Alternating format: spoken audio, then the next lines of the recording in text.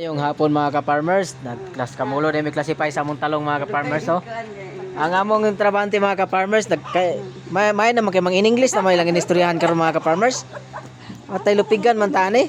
May pa sila na pa in English kami ani, wa game ni in English mga ka-farmers. Abi nang milipante kay Lord. Mga ka-farmers, kamulo may classify mga ka-farmers, napay classify yun mga ka-farmers oh. Wala pa namo nahuwad. Kamulo pa silang classify ka-farmers oh. Mayong hapon na to diha tanan mga ka-farmers no.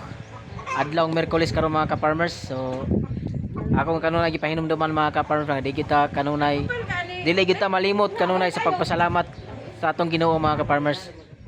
Pasalamat gid kita sa matag adlaw mga ka-farmers. Labi na mga ka-farmers, salamat ko mga ka-farmers nga daghang bunga among talong mga ka-farmers. Salamat kay sa Ginoo mga ka-farmers. Mga ka-farmers oh. Mayong hapon ka na to diha mga ka-farmers. O ginaot nga anaa mo kanunay sa maayong kahimtang mga ka-farmers, sa maayong panglawas. Healthy ta kanunay mga ka-farmers. Inubanan sa atong mga pag-ampo mga ka-farmers. Daghan kayong salamat kaninyo mga ka-farmers. Mayong hapon ka natong tanan.